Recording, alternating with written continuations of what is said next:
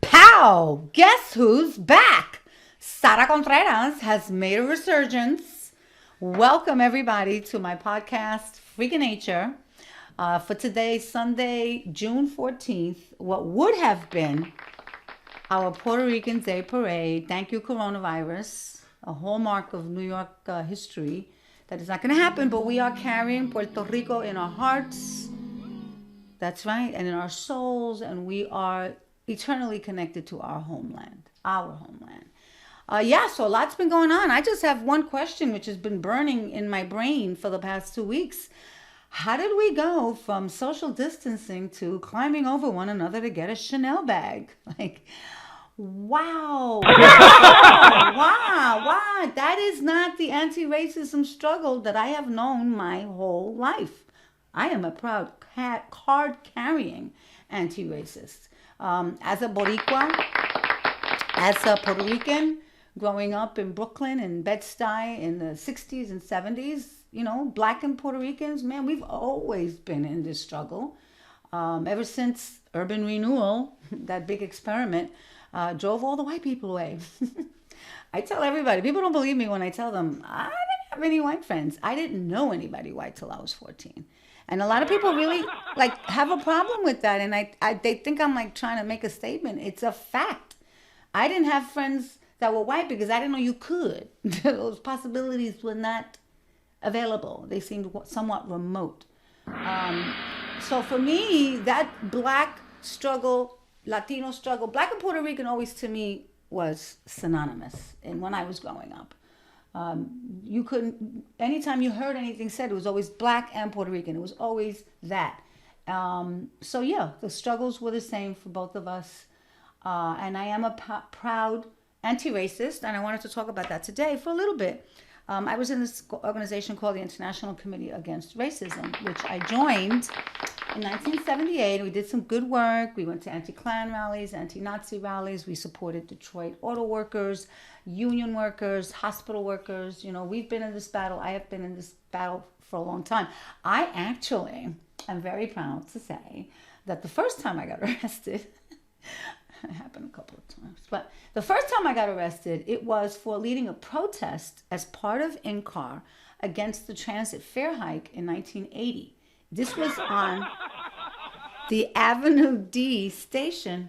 I'm sorry, the Avenue D station, and the Church Avenue station on the D train. So it happened right there in 1980, and then there's this one where we were getting rushed by the DC cops in DC. We were getting rushed. We got pushed around real badly that day. But that arrest was something that I stand proud of. I wouldn't change anything. But here we are 42 years later, right? And Blacks can't even have a movement. We can't even, so many people just cannot understand that this is a real legitimate movement. Black Lives Matter is the way. All lives matter when Black lives matter. There you go. And what's happened is the kettle blew its lid, man. The kettle blew its lid. Decades of unanswered cries for accountability. Decades of cries for justice. What did anybody think was going to happen? Okay? The difference, I think, with all of the names that we know, starting back, this is just from my experience. The Michael Stewarts, the Eleanor Bumpers, all the people that were killed before. And then we have my experience and what's happening now. This has been going on too long. People were going to blow their lid. And we know that there are good cops. We got to say that. We know that there are good cops. But if you are standing behind that blue wall of silence, and if you are with those highly paid union leaders, and you're going against your soul, and you're going against your conscience, and you're going against what you know is right and wrong and moral, I'm sorry, then you're complicit and you're on the wrong side. And that's the problem, that the relationship has just fallen apart and it has erupted. And the sad part of it is that it started out as it started out as a protest. I did that. We weren't into violence necessarily, beating up anybody. We certainly were not into looting. So what started out as a peaceful protest, I've never seen this happen. The movement is being appropriated. We have people now that are taking advantage of the thousands, hundreds of thousands of people that Black Lives Matter was able to mobilize. Those things didn't just happen. People worked at making those protests happen. And they were the leaders of it, in coordination with other groups. But it was Black Lives Matter that drove those protests. So we have to give credit to the way they transformed the world. For anyone to try to delegitimize this movement, are you kidding me? So, why all the issues with all lives matter, Black Lives Matter? But to me, the thing that bothers me the most about this entire thing is that group of guys, these white kids that are showing up to these rallies, these protests, and deliberately instigating violence. They're the ones with the crowbars, with the hammers, pulling off the plywood. And they call themselves, here's the part that made me the craziest, the Boogaloo Boys. How dare you appropriate the name Boogaloo because of Electric Boogaloo 2, you dumb asses. You should have done your research because Boogaloo is the music that was created by Puerto Ricans, Afro-Cubans, Black musicians in the 60s. It was Joe Bataan, it was Johnny Colon, it was Joe Cuba Sextet. That's where I like it like that. That's Boogaloo music. Take your dirty hands off of our heritage. That was something we created. And Boogaloo music became the precursor for salsa music. So dummies, you may want to find another title because you are carrying a name for something that you despise. You don't deserve to have anything associated with Boogaloo. So dejen esa chavienda, porque eso sí que me endiablo. I was so annoyed. Okay? Get it right. All lives matter when Black lives matter. And we do know that there's good cops. But the thing is, what makes me nervous is I am a woman of color who looks white. It has worked against me and for me many times. Obviously, we may have a problem with our president really wanting a race war. It just feels like it's this us versus them mentality here, and us meaning white militia and black armed, scary people. Because let's not forget, the NRA only went after gun control because of the Black Panthers. As soon as blacks had guns, it became a problem. So the point is this you versus them mentality in this country that's being created. I don't want to be on the wrong side if there's a race war. Oh my God. White people will be like, hey, we're there. But if somebody's like, you're not Latina, I'd be like, hey, I want a you. I just don't want to be on the wrong side. I know what side I'm going to be on. People know what side. I always said it. I will be on the right side when the tanks come rolling down the streets. Trump is really, really doing a lot of problems, man. You gas peaceful protesters. Do you forget about our First Amendment rights? So you could go to a church and hold up a Bible like you caught a dead mouse? What was that? He had no problem criticizing a 75-year-old white man who was standing with blacks. So part of the biggest issue with why this is happening now is because that faction of this population sadly got a green light to go after everybody. You can't even be Latino speaking Spanish in a store without going after somebody and in some cases getting the snot slapped out of you. So there you go. And it's a tough time. Listen, when I realized it was a tough time? When it really crystallized for me? When Dave Chappelle, in his 846 comedy special, let's not call it a comedy special, it was a monologue. Because not even Dave Chappelle, who is a genius at writing and finding the humor in everything, not even Dave Chappelle could find a lot of humor with all of this. And I respect him because he just went out there and just got everything out of his system. The best part of the special, though, was that we're watching it and Alex goes, oh my God, and we have a very dear friend who was a Black Panther. And for those of you who don't know, the Black Panthers were mostly teenagers. They were not like fully developed, and they already had these incredibly important, transformative history-making ideas. And there he was. He was protecting. They were at on some site in D.C. No, I don't remember where it was. Kentucky. Boston. Kentucky. Was it Kentucky? It was somewhere. It was somewhere, but I thought it was Boston. But the point is, there he was, honey, with his black beret and his, the outfits and the Shut. yo, he had a big ass. I don't know what it was, but it looked scary as hell. And meanwhile, he is just the most wonderful, educational administrator, brilliant, brilliant man. But to see our friend in a Dave Chappelle, listen, I didn't get into a damn Dave Chappelle special, and I'm a comedian. So that was really, really cool. Yeah, so a lot's been happening, man, and it's great to see BLM, Black Lives Matter, is making a difference. There is already so much going on, so many changes that are happening across the country, accountability, transparency, all of these things that need to be done. However, there's this whole movement now, and it's finally happening. Coño, it took so long.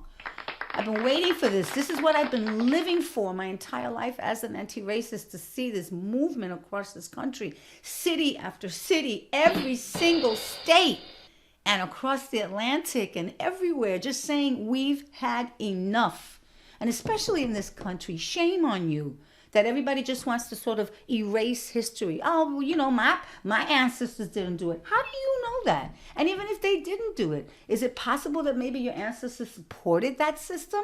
I mean, why are we putting up Confederate statues? Why are we putting up statues to losing generals, but more importantly, to traitors? They were traitors. They were fighting for sedition. They wanted to break away. Who does that? I mean, I've been seeing things where, are we going to have like a camp Osama bin Laden? We got to stop doing stuff. We got to be aware of what that represents and how hurtful that is to a lot of people. So that's happening, and these are good things. Now, the defund the police movement. All right, here's the thing. This is how I feel about it. I'm a psycholinguist. Words count. Defund police, defund cops, I don't think is the way to go. It's just a little bit too reductive and it's punitive, which, we don't want to necessarily punish everybody. We want to punish those people that are the ones that are brutally killing black and brown people. But the goal, I think, should be not punitive as much as, let's look at it as public safety reform, right? They're basically saying, we want to support, we're not going to necessarily get rid of them, but we need to support the community in its fight for better schools, less drugs, better hospitals, affordable housing. Once we start tackling those issues that create so many of the problems that, quite frankly, are not the fault of the people in the community. Poor people don't have the power to make the decisions for how schools, hospitals, and everything are run. They are the ones who have to suffer through that, but they're not the ones who make those decisions, right? So we have to now get back to funding those programs. Those programs are always the first programs to be cut. After school programs, GED programs, drug rehab programs. Whenever they have to slash the budget, those are the first things that get slashed. Not the police budgets, not the private, not the schools, the state colleges and all that. Well, state colleges, yes. But what I mean is they're not putting the money where they need to put it, and they're not cutting it where they need to cut it. It should be more public safety reform, okay? Cops should be a part of the community that they serve. And that's what defund cops is talking about. I don't think it's necessarily like stripping cops of anything. They're asking the police departments to reboot and retool their relationship with the community. And I think that's a real important thing. It has to change. It just can't keep functioning like this. This is not working. And it hasn't been working for a very, very long time. I'm going to give you an example. In Camden was the most dangerous city in this country forever. I remember when I was a kid, my father had a relative. That was the only town I knew in New Jersey because we were in Brooklyn. And when we went to Camden, it was bad back then. And we're talking about the 60s. And even back then. So then what happens? In 2007, they get this new attorney general, who, by the way, was a woman, who went on a ride along. She decided, you know what, what's going on? Let me see what the streets are telling me need to happen. So she goes on this ride along, and the one thing she saw: poverty, she saw homelessness, she saw like people in the streets, and she said, "Where are the cops?" There was not one single police officer walking the streets of the city. So all that crime, all those drugs, good working class, hardworking people trying to survive in their town, and you're not on the streets when you know there's that level of crime, and then you wonder why there might be some black on black crime. Maybe it's because you're not out in the street making sure that the criminal element is being controlled. Okay? That's kind of how I feel like. You need to get out there. So what happened? She went in there and she said, we're going to change things. So police officers were pulled from behind their desks and out of their cars. They demoted and fired cops. They dismantled specialty units that were only there as an overtime machine to pad the salaries and those huge pensions that the cities have to pay out. Okay? New recruits, you know what they did? New recruits, new hires had to go door to door to introduce themselves to the residents so the community knew who the new cops were. Wouldn't that have been nice? They asked the community to partner with them. That's what we need to be doing. Meanwhile, there was a lot of political influence she did this while pushing back against everybody who just wanted to maintain the status quo. She knew that was not the way to go.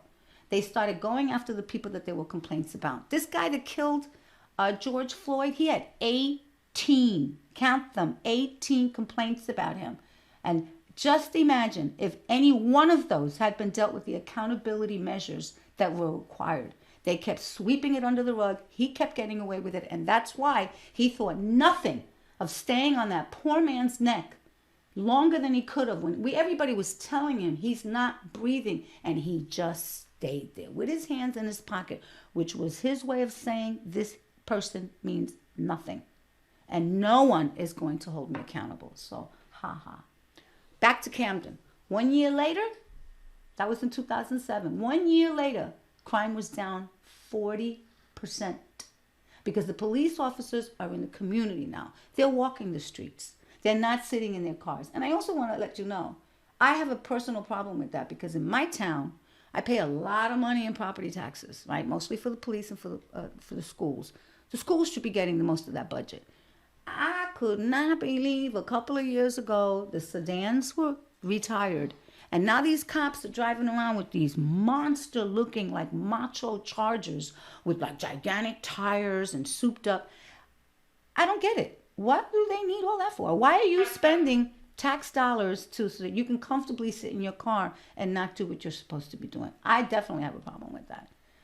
So back to Camden. In 2013, they dismantled and rebuilt their police department. There you go. They rebuilt it from the bottom up to prioritize public safety, accountability, and community. And by the way, that last sound effect that clearly had a flatulent aspect to it was the work of my darling new assistant my production assistant. Would you like to just come over and say a word? Quickly. Put your mask on, honey. This is my new production assistant at work with Grandma. So there she is. So she is the responsible party for the flatulence. Okay. So yeah, it's wonderful seeing that things are happening, but it just, unless it becomes a real policy change, we're back to the same thing. And that's what can happen, because clearly after all of the damage and the looters and everything that was going on, we can't go through this again. And then you see that cop union leaders just still are not saying, yes, there is a system. Nobody even wants to admit systemic racism. I mean, that's a big part of the problem. So here's my proposal. As an anti-racist, I went to a lot of demonstrations. I didn't vote until we had to vote Bush out of office. I was one of those people who definitely, I am a Marxist, and so I do subscribe to those that philosophy. For anyone who likes to criticize it, who hasn't read it, shut up. Okay, take it, read it, be critical about it. There were a lot of Marxism for me answered a lot of questions. I grew up a child in a super impoverished neighborhood and who could not understand why blacks and Latinos were treated so poorly. And all of a sudden, I started reading something written by this guy named Karl Marx, and holy cow, it made sense to me. Dividing people makes them easier to conquer. Oh, okay, that makes sense. That makes a lot of sense. Racism is a part of capitalism. Now, oh my God, that makes sense too. So there you go. I found the answers there that unfortunately, not unfortunately, because I don't regret it, but I wasn't able to find them in the schools. I wasn't able to find them in the church, and I wasn't able to find them in my home. So I was able to embrace a philosophy that I've been used throughout my life, and I think that totally shaped my views on racism and living my life as a proud anti-racist. And as you can tell, my granddaughter her dad is black, and again, I never saw. They say this whole thing about I didn't see color. Of course, you see color. I don't internalize it. I don't treat anybody differently. Now, my father, them old-fashioned Puerto Ricans. He used to say sometimes like, "Oh my God, okay, we'll let you go because you're my dad."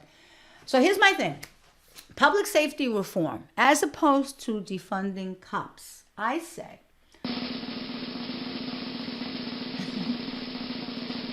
these are my 5 points for public safety reform. Number 1, for a police officer who does not have a body cam or does not have it turned on, he needs to pay a $5,000 fine. There you go. In my town, in New Jersey, there's something called a failure to produce law. And that means that even if you have a license and an insurance and a registration, if you fail to produce it, they give you a $175 ticket each one. So you could walk away with over $500 in tickets, right? I feel like if I got to produce all that, then you got to make sure you produce that body cam. Number 2, we should have a Karen law. A $1,000 fine, and you have to do some community service in the community which you are attacking, okay? Because I'm sick of it. This idea that because you're saying there's an African-American man, like why even, you really think that you have the privilege of sicking the cops on someone because you're annoyed at something that happened? Let me tell you, when that woman got slapped in that 7-Eleven by that teeny little Latina, she would get. She said, "Oh my God, oh my God." You're so stupid. Those people are so stupid. I don't understand any of it. Once you see that camera come out, are you so hateful and stupid that you can't start to understand that you are about to lose it all? All of it. Once you see that camera, which part of stupid? You're going to lose your job. You're about to lose your house. You're going to be all over this. Coño, turn, stop it. As soon as you see the camera, man, dumbasses. Number 3, training. They need to be better trained. I'm sorry. I think you need at least a bachelor's degree, which they say they do, but I don't know. But the point is, I have to be licensed. Teachers have to be licensed. Nurses, a lot of barbers have to be licensed, okay? Nail people, salons have to be licensed. I think it's time to start certifying police officers. How about we take classes? And then after you get certified, you take continuing ed classes. Like I have to do 30 credits every 3 years to maintain my certification. So should police. The classes could be classes on de-escalating situations. The classes could be on learning how to shoot without killing. Maybe you can be trained to take a knee out. Guys, if you go for an ankle, I'm pretty sure they're going to go down. Blow an ankle out.